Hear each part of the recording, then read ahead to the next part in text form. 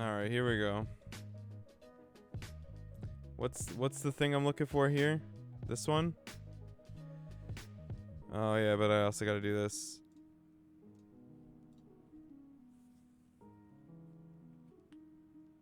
Alright. Hi all. In the excitement before the culmination of this year's WCS Finals, we think it's a good opportunity to revisit the proposals made earlier in the month with a fresh perspective. Special thanks to Wardy and his Balanced Test Mod Invitational, which showcased these new changes in action. After further watching games and following feedback, below are a few changes we'd like to make in the testing queue. Reverted. Viking health increase from 135 to 150. See, it's fun thing. They also don't like Viking versus Viking, so I'm happy there. Based on feedback unanimously given, we'd like to pull this change back for now due to concerns surrounding the Viking's subsequent increased power in TVT, as well as its increased strength in earlier parts of the game. If the Viking has any deficiencies, we believe they exist later on, when the endgame unit and area of effect abilities start coming into play. Thus, if necessary, we'd like to instead tackle the Viking's strength in late game with alterations to endgame units from other races such as Tempest rather than the Viking itself. Reverted. Okay. So he took away the tactical jump mean. Wait, what?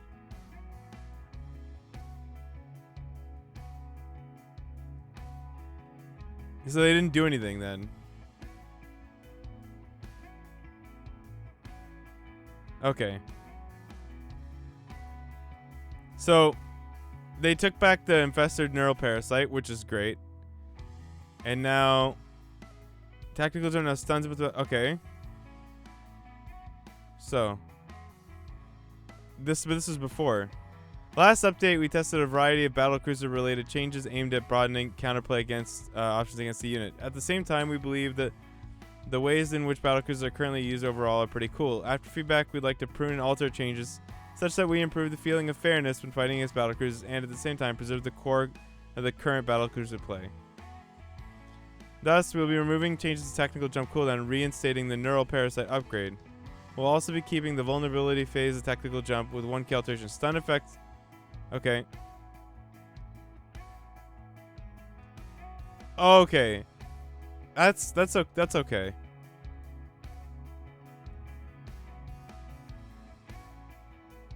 No, this is a good revert. I don't know what I wouldn't be upset. I wouldn't be upset about that. That's a good change. Because that means that so basically to teleport out, you're going to take extra damage. Like, so you have to consider that, but it makes it not useless now. And Zerg is getting neural parasite with no, they're getting it. No, they're reverting that. So it keeps the upgrade. They have to get the upgrade now. It's reverted. Okay, so they're reverting charge, which is the dumbest thing in the fucking world, and they're reverting the adept health. Okay, so we'd also like to put a pause on these changes for in favor of some alternate proposals. For zealots, we hear concerns regarding Protos's resulting overall power level after this change. Okay. For adepts, we hear feedback this upgrade isn't impactful enough. So if it were reintroduced, we would like to do with altered stats. Creep.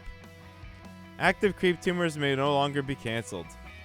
Last year, we made some changes to creep spread in order to promote gameplay surrounding creep denial. This year, we'd like to try and take it a step further with this change. Aimed at the dance you typically see between Hellions and Queens, we believe this change will increase both the interaction between players and the skill cap for all parties involved. This is actually legit. This makes sacking for, like, fighting for creep tumors like a better trade-off. Because if you can get them to if you can bait them to try to spread creep, like, Zergs will have to be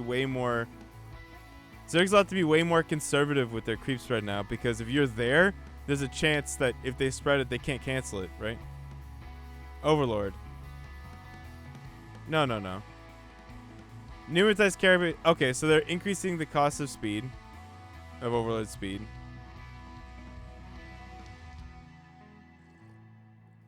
Solid. Okay. So they removed Infested Terran. All right. Here, I'll read it. Since it's fun to read. Also, Miss Nico, I love you. Thank you. When we initially made the change to reduce the cost of this upgrade, we had been receiving feedback that the different variations of various PvZ Immortal all-ins were too difficult to differentiate and scout. And we also only considered one matchup, not both matchups. And that's our fault. My bad. Since then, we've received additional feedback that Zergs have gotten better at defending these all-ins, and that the changes to the War Prism in the same patch alone were sufficient enough at dealing with this issue. Additionally, we believe that the upgrade is currently too omnipresent in both ZVT and PvZ. Really? Do you mean to say that the thing you have to build anyway, being able to move faster than anything you could do to kill it, is a bad idea? Oh. Leading to players feeling less able to surprise their Zerg opponents. Do you mean at all? Thus, we'd like to revert this previous change, which we believe will lead to more thoughtful decision making regarding this research, or when researching this upgrade. Yeah, 100's good. Okay, so Infestor, we removed Terran. We removed the Infested Terran. Microbial Shroud creates a shroud that obscures ground units below.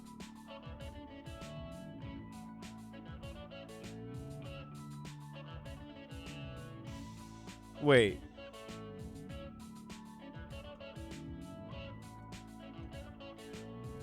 Creates a shroud that obscures ground units below, reducing the damage they take from air units by 50%. DJ? Wait, so... yeah, Guardian Shield for versus air units? That's super sick, right? Thanks, DJ. No, that's actually pretty dope, no?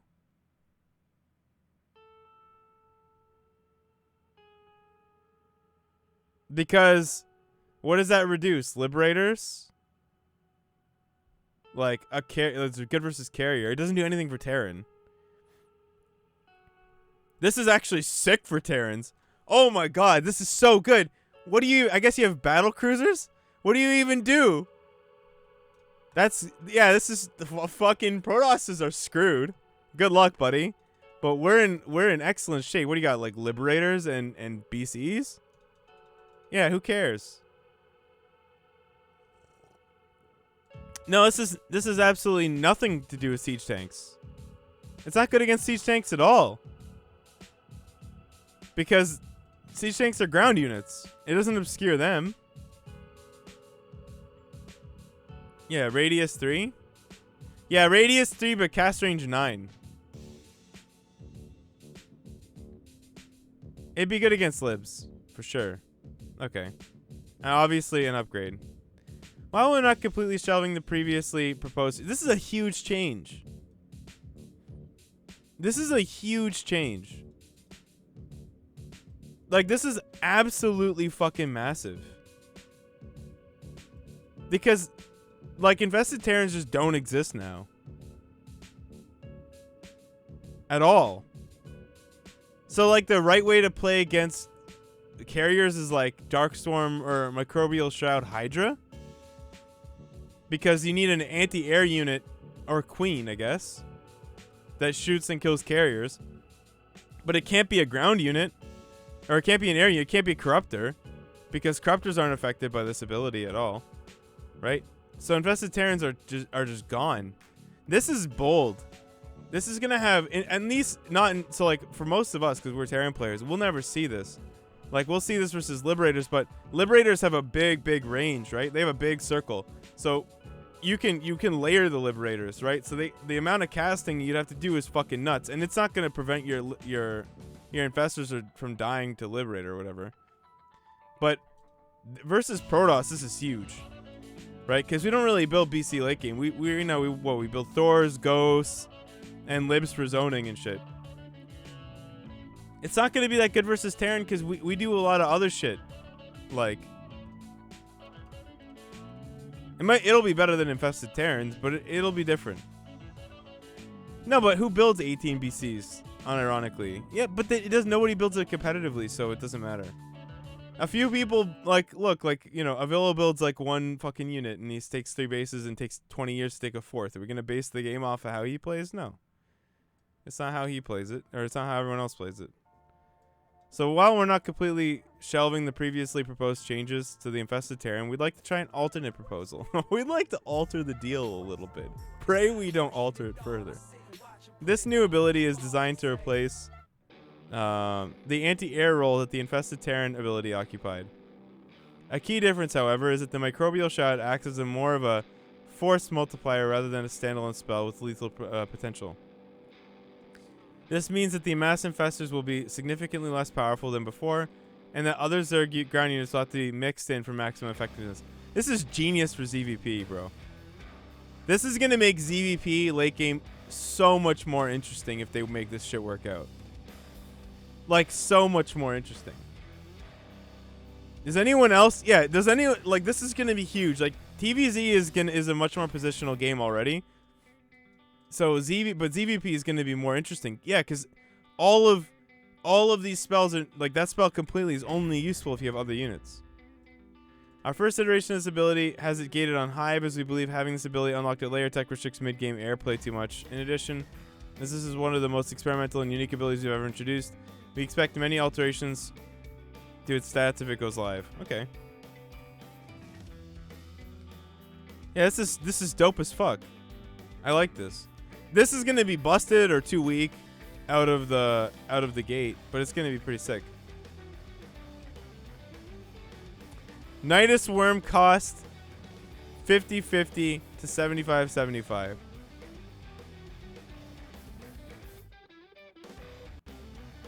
Are slightly too cheap.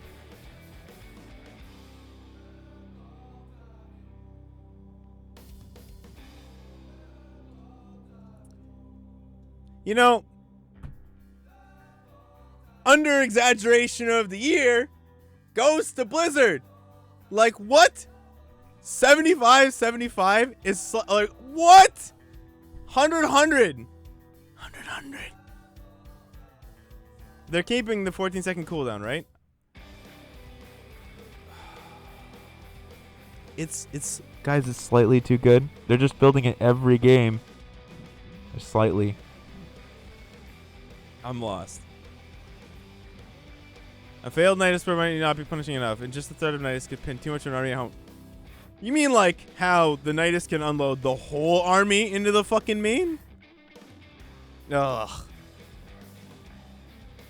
Sorry about little W.O. Broth. As we have already proposed 2 changes in Nidus Storm, we will be evaluating which of these changes should go through. Which of them? Bruh, all of them. Thank you. Okay, perfect. This, oh, my heart. It's grown 3 sizes. Okay? We love Blizzard now. Okay? Power to China. At the same time, however, we want to ensure I'm sorry, that's a joke. That's a yoke. Fuck. Okay, anyway. Relationship with Blizzard ruined. What's that? The bridge under my feet is burning? As we believe it is key to encouraging map-wide multi-prong attack options for Zerg and pulling apart turtling enemies in the late game. Okay.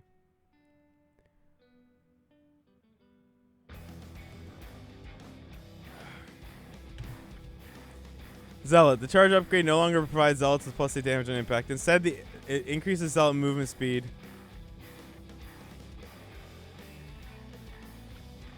Oh.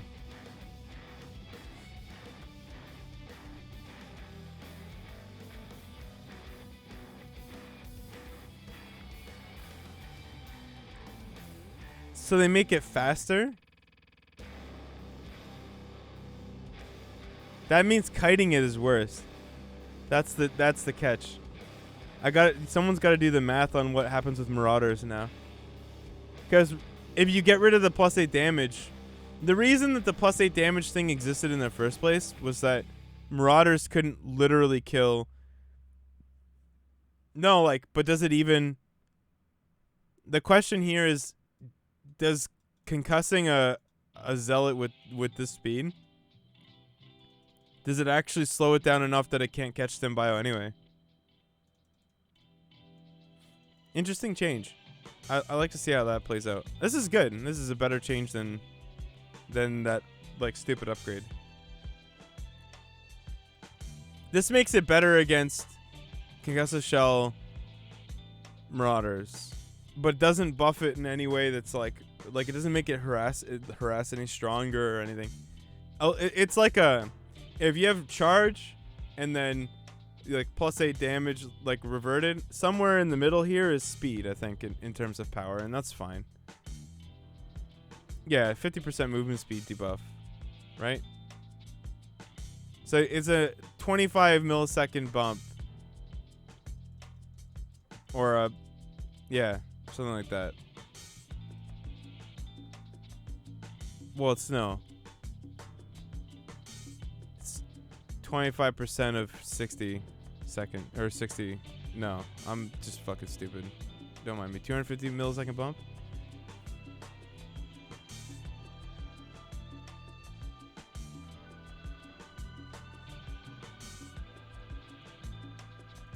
This change would also show the age-old relationship between weapon-upgraded zealots and carapace-upgraded zerglings, because in exchange of damage for move speed, moves its power into a drastically different area. We categorize this change as very experimental. We'll be looking at how the increased speed impacts their relationship cutting some units. Okay. Yeah, they even see it too. I like that. This is good. I'm down with this. I fuck with this. This is, you know why this is good? I'll give my opinion on why this is dope. Because it changes a relationship that exists, and that makes the game more interesting. As opposed to just tweaking it in such a way that, like, you know now zealots are just worse. And you don't have to do anything different now, right? The zealot is just a little bit worse than before. Now the zealot is a little bit better in one aspect and a little bit worse in the other, and maybe the way you play against them changes, and I think that's cool. Take fights a little differently, and how maybe you have to wall off stuff more. Yeah, and it's very clear.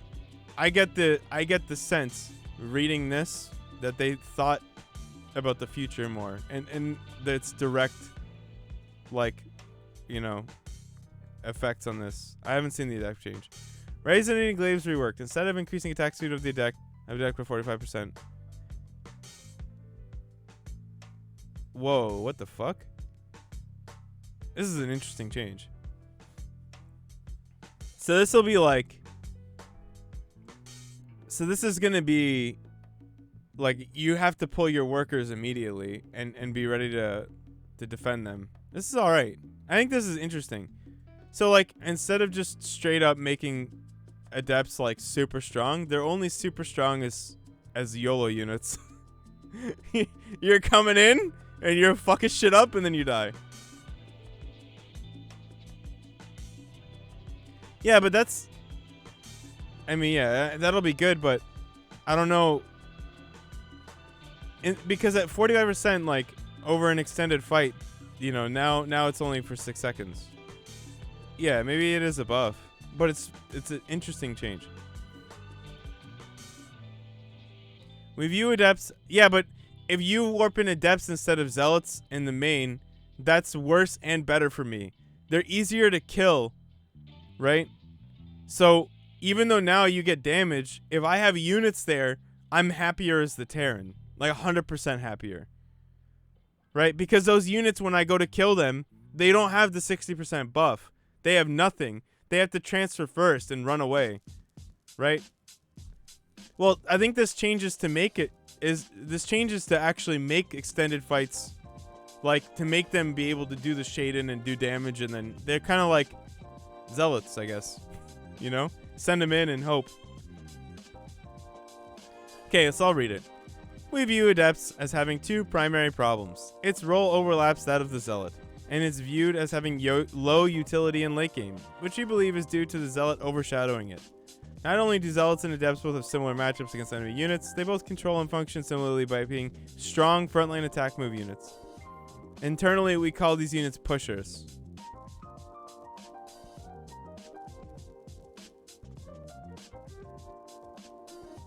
This is especially exacerbated by the previous version of the Resonating Glaives upgrade, which highlights the raw frontal power of the Adept and draws away from its distinctiveness and coolness. These guys are a bunch of nerds, which we believe comes from its psionic transferability. Thus, the new direction we'd like to take with the Adept is to rework Resonating Glaives into an upgrade that moves it away from the direction of being a strong pusher and towards one that highlights Adept's defining characteristic, psionic transfer. With this newly designed upgrade, Adept will achieve only 92% of its previous upgraded damage when used optimally in a frontal fight in the long term. However, it will become much more effective at burst damage. For example, after a shade in for a surprise work or harassment, or when you need to break a marine tank push. At the same time, it will still have obvious counterplay, such as Banelings, Widow Mines, building walls, or running away from until the attack bonus runs out. Yeah, no, this is good. I like this. Again, like, even if it's too strong, instead of just being a straight up buff or nerf, it changes the way the unit functions or doubles down on its like defining feature, which is excellent. Even if they have to pull it back to 50%, or if they have to make it like 5 seconds or 4 seconds, that's fine. But I prefer this. This is better. This is better for all of us. Like, this tells me that there is a desire to see these changes pan out in the long term and make the game a better game to play. And that's better than just giving me some shit buff or nerf and an upgrade that costs like 100 and changes very little, you know? I like this preferably. Okay, hopefully after this change, the depths will be more pointed and overlap less with the Zealot. Sure. Holy shit!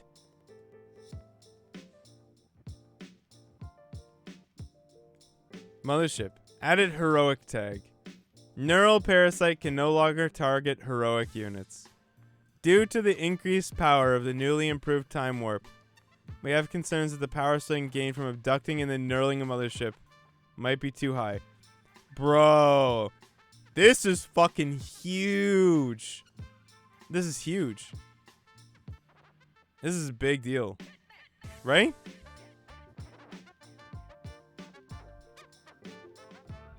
No, because you can build more than one of them.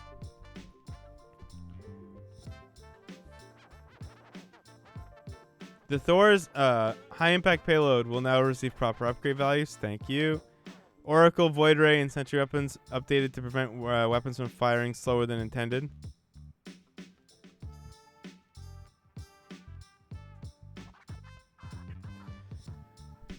Alright. So, pre-igniter's cheaper. Thor is dope and shoots like a machine gun. Cooldown is dope.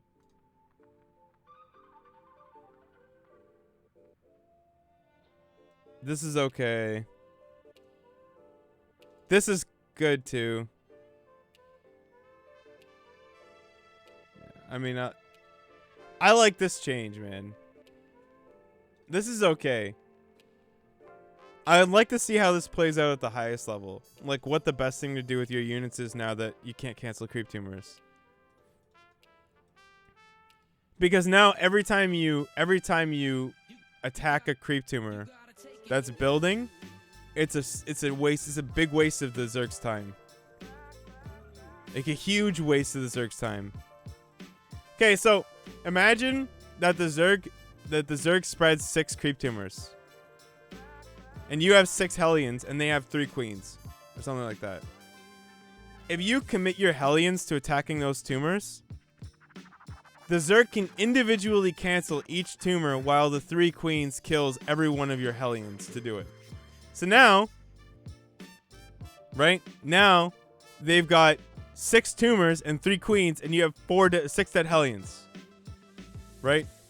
So it's never worth it for you to take your Hellions and try and kill the creep tumors because you'll never get them and the Queens will always damage the Hellions and you'll never get anything from it.